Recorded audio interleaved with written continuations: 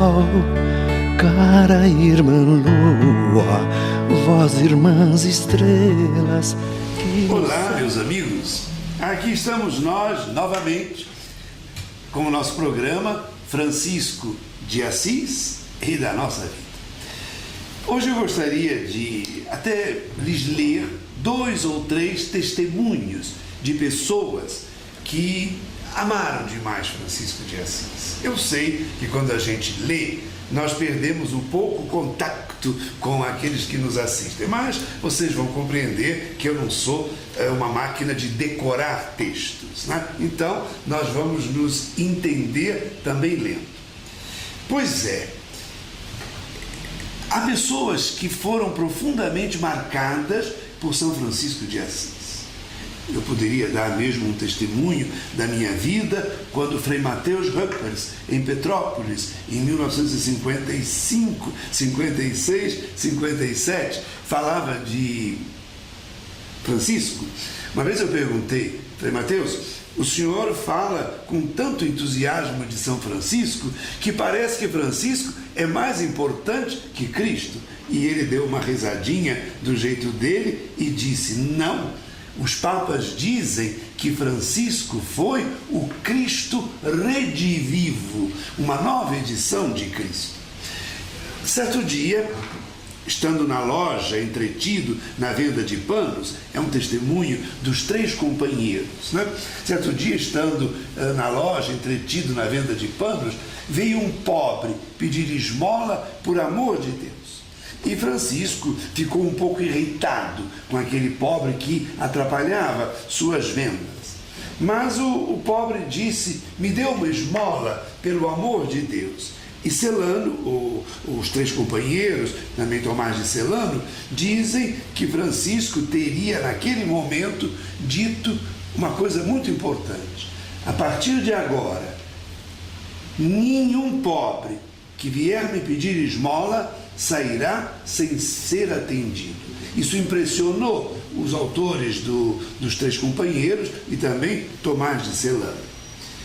Um agnóstico, portanto alguém que não tinha fé, até mesmo quase ateu, chamado Renan, francês, falando de Francisco de Assis, disse o seguinte, pode-se dizer que a partir de Jesus Cristo, Francisco de Assis foi o único cristão perfeito. Que nos perdoem os jesuítas, que nos perdoem os dominicanos, foi o que disse Renan.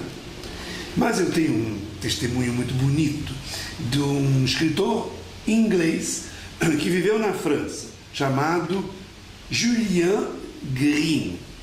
O texto é um pouco longo.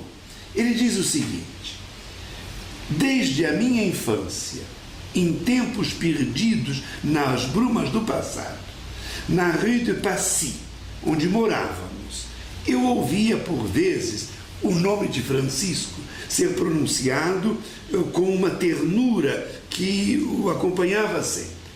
Era minha mãe, protestante de boa cepa, devotava a Francisco uma afeição que me levava a crer que ela havia conhecido Francisco.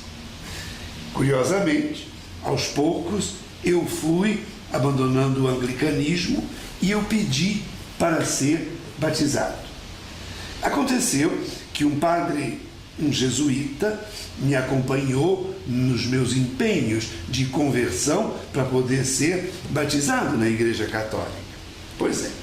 E aconteceu que nessa ocasião caiu nas minhas mãos um livro que expunha a fé católica e eu devorei esse livro adoidadamente, né?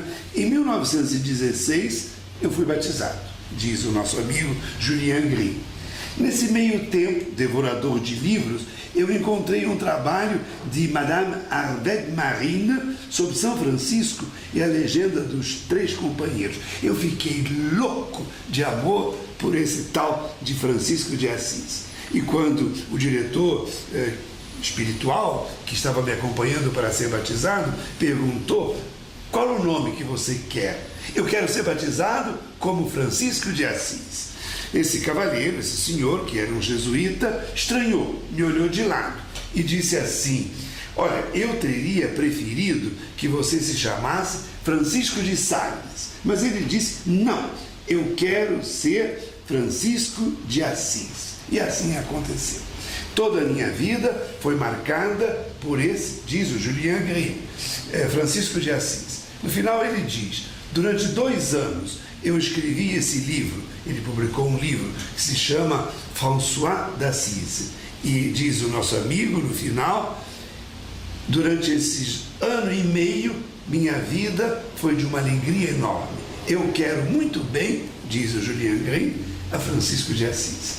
Pela sua delicada atenção, muito obrigado, amigo internauta, e até uma outra vez.